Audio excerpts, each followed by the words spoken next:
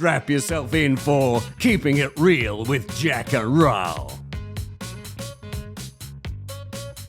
Welcome back, Keepers. This is another episode of Keeping It Real with Jack Phillips and Gabriel Dolan. also known as Ral. and Or as you say, Ral. Wow.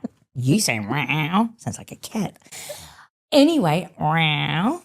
This is an awesome episode. I am so passionate about leadership. I study leadership. I talk to leaders all day, every day. I'm looking at the future of leadership constantly, and I was delighted when you said, let's do one on leadership styles. Or did I suggest it? Well, you suggested it, but happy for me to take the credit. Humble as ever. So were you ever somebody when you were working and somebody would say to you maybe in an interview, so what's your leadership style? Did that ever happen to you? I'm not sure people ask that outright. I remember in my early 30s, I did an MBA in management and leadership.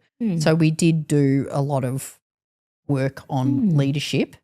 But I can't remember being asked in a direct way. I was asked a few times. What would you say? Well, I used to bumble around going, oh, well, I'm easygoing and I would just use all these sort of words. Yes, just jargon words. Just, and I'm adaptive, depends on the time. That's all of that. Anyway, blah, but I blah. never managed it very well, and that happened more than once. So I mean, talk about a bit dumb because clearly I didn't pick up on it. I wouldn't say it's dumb. I would say most people, especially early on, would know. Like you wouldn't know. I think it takes a while to evolve. I agree. And you know why I reckon, Jack? I reckon because especially in your first, this doesn't happen to everyone, in your first leadership roles, you were probably copying what you see. Of course. You don't know how to be a leader. You're just figuring going, it out. okay, well this is, and I reckon back in the day, well certainly back in our day, it was probably been a maybe autocratic leader. Totally. When it wasn't your style, but you go, well, that's what a leader looks like. That's what's expected of me. Yeah.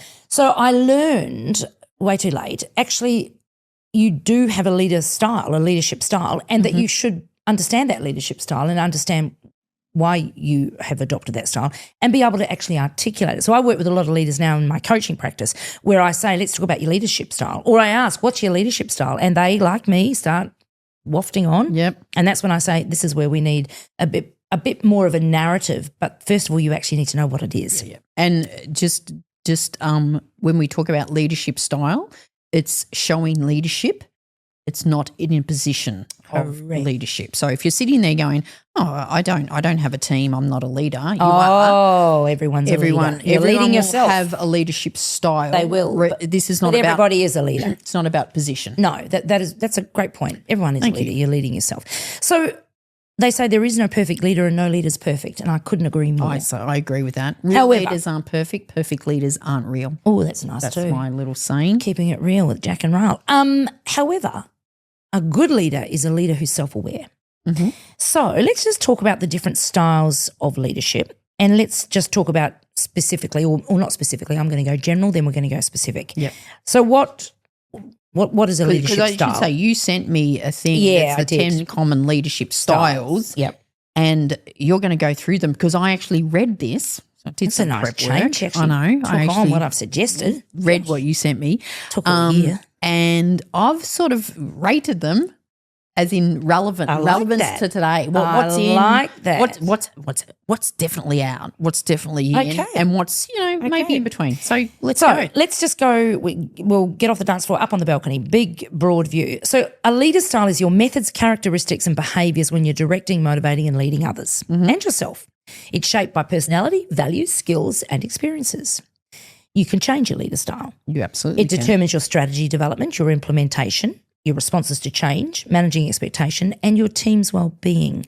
Most people are not one specific style, but a blend of styles. Yep. However, this is a big however, one style will be your preeminent style that you express more often and the one you always go back to in times of crises. Yeah. Okay? Yeah. It's like values. Yes. You might list you've got these 5 values. They're not all equal. No. And Correct. so where do you go to? Correct. Most of the time. Where do you draw back to? Especially in That's times right. of stress or change Exactly or challenge. right. So the 10 common leader styles that we're going to talk about today and beyond, and you're going to rate. Number Number 1, coach, which is a motivational style. Number 2, visionary, progress-focused and inspirational. Progress-focused and inspirational. Number 3, servant, leader style, humble and protective. Number 4, autocratic, authoritarian and results-focused. Number 5, laissez-faire or hands-off, autocratic and delegatory. So you delegate a lot. Number 6, democratic, That's me. supportive and innovative. Number 7, pace setter, helpful and motivational. Number 8, transformational, challenging and communicative. Number 9, transactional, performance-focused. And finally, number 10, bureaucratic, which is hierarchical and duty-focused. So those are the 10 common leadership styles. They've been around for quite a while. They've been, and all of them have benefits and Of course. pros and cons, benefits and challenges. All of them do, and it's also to. It just reminded me, like any strength overdone is a weakness. Yes. So, or an area of development. I don't like the word weakness. I do.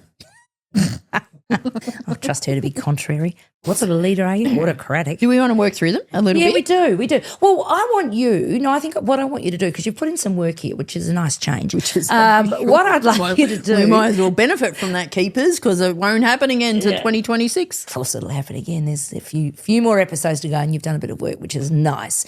Why don't you start off really positive and tell me the leader styles out of those 10, are there 5 or 4, that you really rate and that you think are very relevant for today, for leaders today? Okay. The one I sort of rated as probably the most important for today, so I haven't told you this, so you can tell me whether I'm right or wrong or not, is visionary leadership style. And the reason I've said that is there is so much change. Like the rate of change is Daily. It's like exponential. I always say that word wrong. Is that right? Exponential, yeah. That's correct. It's like we'll experience more change in the next 10 years than we have in the last 50 years. I heard this great saying, and it was, we've never experienced change so fast, and it'll never be so slow again.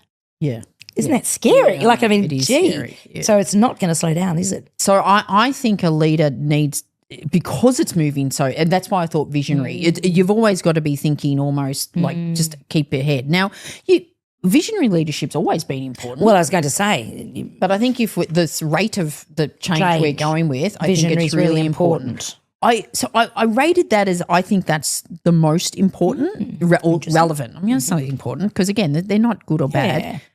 The other one, and I was tossing up between this, transformational leadership style, because I thought we are going through so much change that a transformational leader style could be good. When we were in corporate, Jack, I know me 20 years ago, you would go, we're going through a digital transformation, and you would bring in someone for the next few years that was good at transformation. And then after that transformation, you would bring someone, another CEO that could be like status quo. It was like, we're going through transformation. There's Every no, single day. It doesn't digital change. transformation is like, it used to be a project. That's right. It's not, that's It used right. to be a project, then we'd go to business That's as too usual. funny. That's too funny. So I was thinking, I reckon employees of today, because of the rate of change, are so better at embracing change that a transformational leader is not needed. As in, they don't need to lead because everyone is doing it. Everyone's leading it. So I did. That's why I thought it wasn't as relevant as visionary. No, interesting. It depends on the culture of the organisation, and it depends on the transformation or the change, I think, and the industry. So this is where leader styles are really interesting. And there's so many variables, right? And they say, they were the right leader for that time. Yeah. So depending on what was needed in that organisation or where they were going or what needed to be fixed or whatever it is, they brought the leader in with the style that would align. But I think you're right in that we have become much better at change. And when I look at, again, the number of generations in the workforce today, and so many so young, the bulk of them are between the ages of 25 and 40. Yeah. Their idea of change and ours is quite different. And that's what I think. So I think you have the vast majority of the workforce now is better at adapting, better at adapting to change than we were. Agree. Okay, so you've said visionary, you've said transformational. Yeah. What else? So I reckon they're in. Yeah, they're in. I reckon Can I go what's out and then in the middle? Yes. So I think out, definitely autocratic leadership. Okay, so talk is to me out. about autocratic. Why is autocratic out?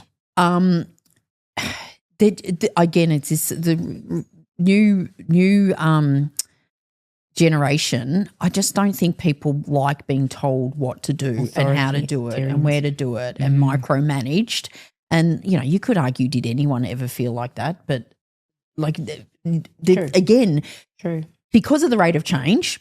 There'd be a younger generation, like you could be going, oh, okay, we need to do this and do it this way. And the younger people would be going, actually, there's a much better way to do that. Well, again, what you're alluding to, which is exactly right, this idea that one person actually is the problem solver. One person knows exactly what needs to be done and you'll do it their way.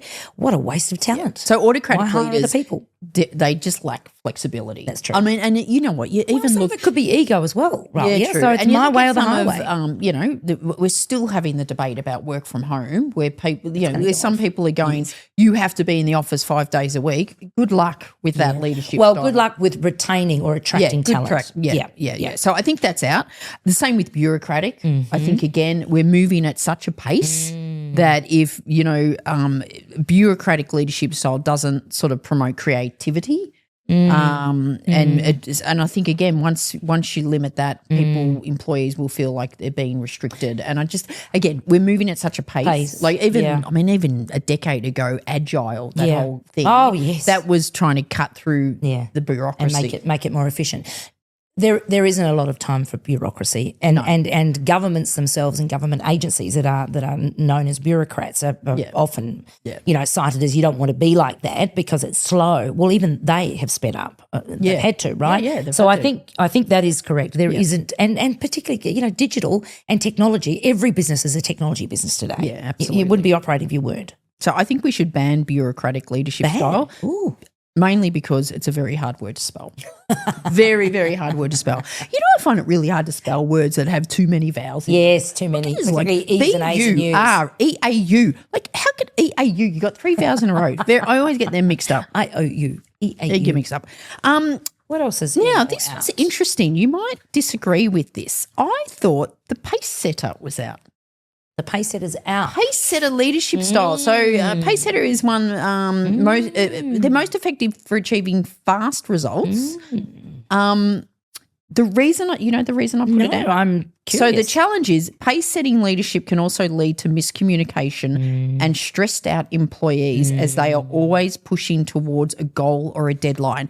And the reason I thought that style may not be relevant now is because we have such a strong focus on mental health. That is really interesting. I coach a number of people who have identified as pace setters, and it is a challenge for them because they said to me, I'm not taking people on the journey with me. I'm racing off, going in a direction, and I can see it, but I'm not actually bringing others with me, and it's not clear, and I'm not communicating. I always say if you're a leader and you look over your shoulder and no one's following you, you're not a leader.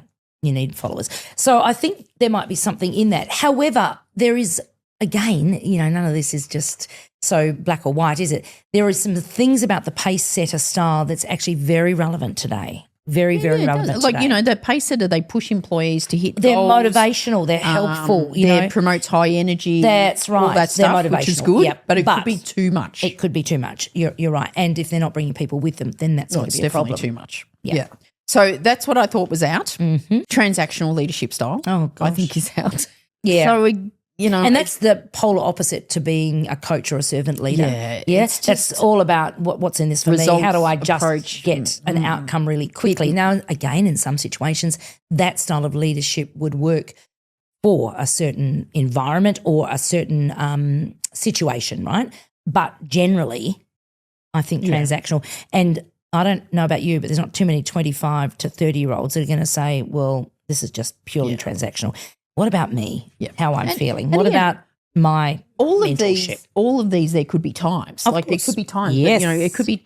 But, Yes. but again, we're talking about the overall style where you go to. So I reckon they're out. I reckon the ones that I put in the middle, where I think we should keep some of the good stuff of it, Okay, well, here she is the comes. democratic leadership style. Nice. So also known as participative. style, right? Yeah. And so that is that's inclusionary, isn't it? including everyone. So I think that's good. I think that's that's necessary. good. Coaching, I was almost going to put coaching in the absolute in. And why did you not? Why did I not? I've written here reverse coaching. Reverse mentoring, yes. Okay. Yes. So a coaching leadership is positive in nature, promotes the development of new skills, empowers team members. They're often seen as valuable mentors, which is all good, right? But I think if they adopted reverse coaching as they could be coached as well, Yes. then we're on a winner. So you're talking about being coachable and being open to coaching. Can I suggest, if you are a good coach as a leader, the pure methodology of coaching, which is asking lots of great questions, active listening, encouraging reflection and sort of visionary thinking, will actually be reversed, because you can't possibly be a great coach without not questioning things yourself. Okay. All right. If they're like that, then That's a coach. that's in. That's a coach. All right. But I like what you're saying, in that there is still the opportunity as a senior leader who is with the coaching style to say to other staff members, and particularly younger staff members, you coach me as well. Yeah. I'd love you to ask me some questions and sort of challenge me a little bit. Yeah. I think that's a really smart thing. Actually, I've just changed my mind. I think it's in. Okay. Because you know what I thought is, if a coaching leadership style is normally a more experienced person, which, could be the most senior person, not necessarily. I know. But if they've got young people that are energetic and have got all the answers, and they played a coaching role, that could be good. All right, that could be in. Visionary and coaching in. So the one I wasn't sure about, or in the middle, servant leadership style. Oh, we love servant leaders. I know. What was it about? Well, again, just the good explain thing- what servant leadership They is. live by a people-first mindset and believe when team members feel personally and professionally fulfilled, they're most effective and more likely to produce great work, which is all good. They have the capacity to employ loyalty and productivity. The challenges, servant leaders can become burnt out. So I'm coming back to the previous one was the pace setter was mental health for the employees. Yes. Servant leadership is mental health for the person, because they putting the needs of their team above their own. And so that was the only thing. So that's the watch out, isn't it? The watch out. And I always prided myself on being a servant leader. I got so much fulfillment and joy and purpose out of setting up my teams for success. Yeah. And of course they were also brilliant. They made me look good, right? Because they were coached, and I sort of adopted that servant leader style. But you're exactly right. If you put all of that emphasis on others, then who's developing you and how are you managing that balance? So that is a good call out, Ral, a very good call out. Yeah. And so the one I put in the middle as well was the final one, the laissez-faire. How do you spell that? Laissez-faire. Yeah. Hands off. Hands off. Easy going. Opposite to autocratic leadership style. So again, lots of benefits. They encourage accountability and creativity and a relaxed work environment. Yep. So that's all good, which often leads to higher employee retention rates. But the challenges is the style typically doesn't work well for new employees. No, people that need as they need guidance and hands-on support. Yeah. And part of me was sometimes employees may not feel properly supported. Part of me thought in this era where we are working from home a lot more, whether that would be another watch out for that. So if you had a laissez-faire leader and you were somebody who needed direction or needed guidance, you could have employees feeling like they're not being supported. Correct. So I ended up with saying, what about fusion leadership? Like your fusion food. Yes, I do know. And you just do a bit of everything, a bit of some things. A few things, like a little pizza there. So you've got to – so if you had to choose, you're allowed 3 different styles to bring together. Ooh, 3. That might make you a brilliant leader for your time. All right. What 3 I'd go definitely visionary and coaching. Good. And I think maybe transformational. Nice. Those are nice. They're my top 3. Visionary, coaching, transformational. Very nice. There you go. I like that. I like that. Well done. Well, this is very exciting. And as we said, 10 leadership styles that have been around for a long time. I'd like to ask you a question. When was the last time you upgraded your leadership operating system? What do you mean by that? Well, I think we need to start looking at leadership beyond those 10 traditional styles. Right. Yes, we because need these are traditional, yeah. actually think that, 2025 and certainly 2026 and beyond is going to demand something a lot bolder. Didn't I just do that? Fusion leadership. Well, you I'm did. calling it. I should trademark that. But hang on. All right. Leaders okay. who can dance with AI, connect across networks and still stay deeply human is what I'm looking at, right? Right. So there are 3 new leadership archetypes. I've been doing a little bit of research. I'm fascinated with this stuff. Reshaping what keeps it real when you're in charge. Okay. 3. So, all right. 3. The first one is the agentic leader. Agentic leader, yeah. Leading with AI, not by AI. So the next frontier, I don't know whether you're reading much about this, but I've got a feeling you are. If you pick up the Fin Review any day, there are leaders in there talking about how they are using AI to enhance their leadership style or enhance who they are as leaders, yeah? So leaders who use AI as co-pilot, not as a crutch. Very clever. Okay, it's enhancing them. This is just a little selfish, perfect segue for my new book. I haven't even got through. No. The agentic leader. Go on. No, in all seriousness, this is the first book I sort of felt compelled to write. It's called Story Intelligence. The tagline is what you're talking about. The craft of authentic storytelling made smarter with AI. And so the premise, whole premise of the book is we need our stories more than ever. Yeah. Your authentic, real stories are more important than ever in a world of AI. But use AI as your creative partner. Absolutely. So it's not the enemy. No, it's not. But it's also not the savior. There's a lot of ethics Indeed. And not all AI is factual or correct. There's a whole lot of stuff around pre-sale out now, order your copy. It comes out at the end of November, just in time for Christmas. Order a copy for yourself. Order a copy for your team. It does look good. No, seriously, pre-sales are the best gift you can give an author, so get onto it. Sorry, Jack, I interrupted you. After that lovely sales plug, let's go back to the agentic leader. You're leading with AI, not by AI. So the leader that does this blends human intuition with machine insight to make faster, fairer and more creative decisions, yeah? Agentic leaders don't fear AI replacing them. They train it to expand them. So it's all about how you use the AI, yeah? And there are so many different AI platforms today. And I know you and I are both starting to experiment with different platforms for different things. I've started a course. There you are. Course. Well done you.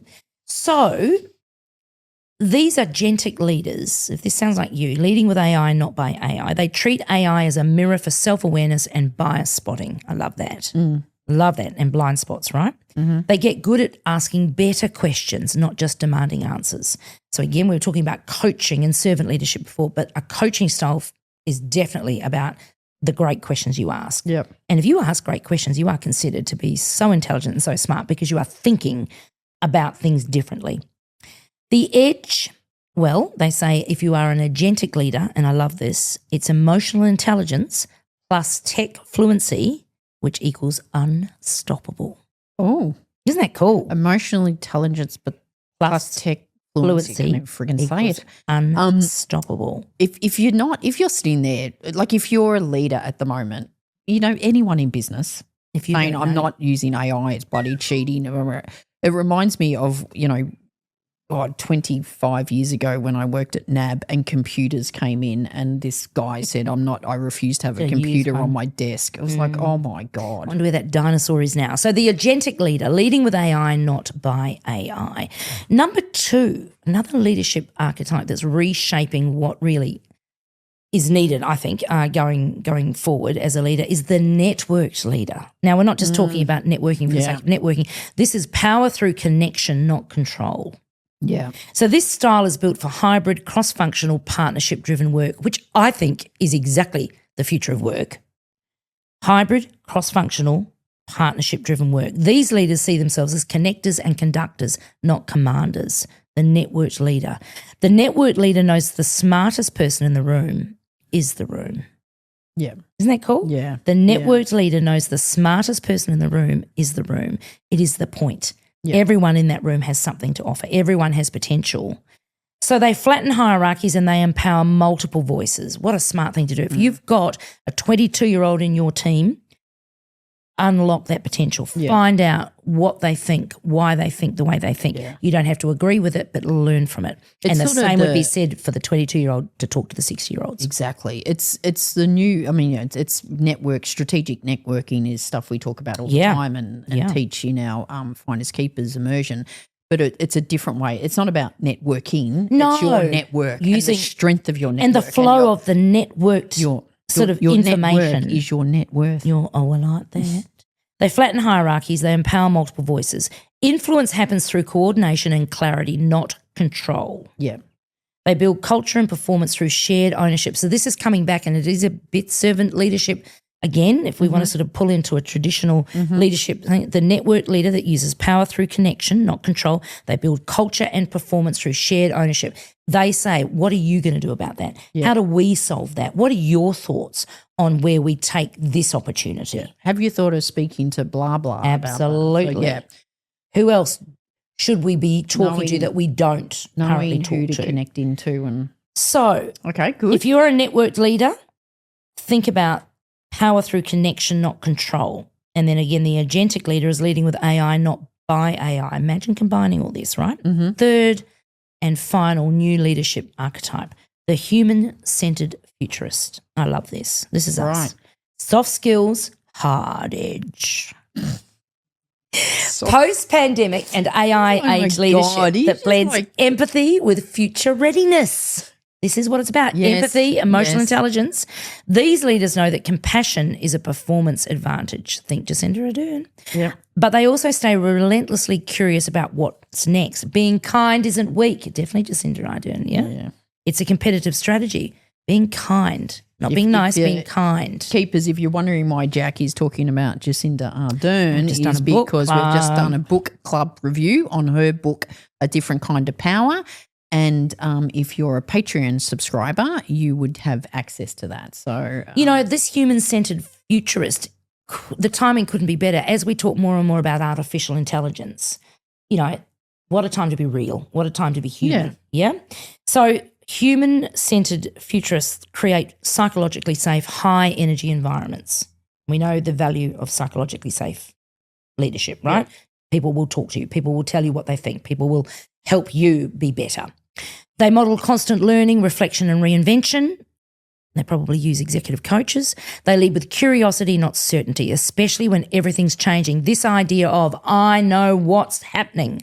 I know what the future looks like. I know what's best. You are not going to get that if you're a human-centered futurist because you have no idea. No one has any idea where the bloody future's going to be. So those are the 3 new leadership archetypes, reshaping what keeping it real looks like when you're in charge, the agentic leader, the network leader, and the human-centered futurist. If you combined all 3, what would you have? Oh. A log just fell on the fire. That was like an impromptu. The nana's here. Gave me time to go, scared. You would have, is it fusion leadership? I think it is. Oh, it is? I think it is. Oh, right. Did we seriously just make up a new term? I think you made up the term. Okay, and now that I've looked at these 3 new leadership archetypes. Fusion leadership. It's fusing AI and the agentic leader with the networked leader and being human-centered and a futurist. And I think that is. There you go. You heard it here first, keepers. Brilliant. When someone says, what's your leadership style? Say, I'm a fusion leadership. And I keep it real. And you do have to keep it real. Okay. Well, that was a good fun. episode. We always rate that. I rate that episode a lot. Oh, there she is. Thanks, keepers. Hope you found it of value. As usual, rate us and share it with people you might know. And we spoke about Patreon before, but in all seriousness, if you are a leader and you do want to pretty much get some, coaching. Free coaching pretty much. And, more insights, think of becoming a subscriber on Patreon for a monthly fee. Less than a coffee a day, you will get access to masterclasses that we run, geniuses, a whole heap of other extra content, early access to podcast episodes. Well worth it, we believe. So all the details are in the show notes, and we will see you next time. Bye. You've been listening to another episode of Keeping It Real with Jac and Ral. If you like what you've heard, don't forget to tell others about it and give a 5-star review. They may seem confident, but they really are sensitive 5-star needy souls. Yeah, right. Keeping It Real, created by Jack Phillips and Gabriel Dolan. Produced by Keehlan Ferrari-Brown. And this really real voiceover, spoken by Richard Phillips.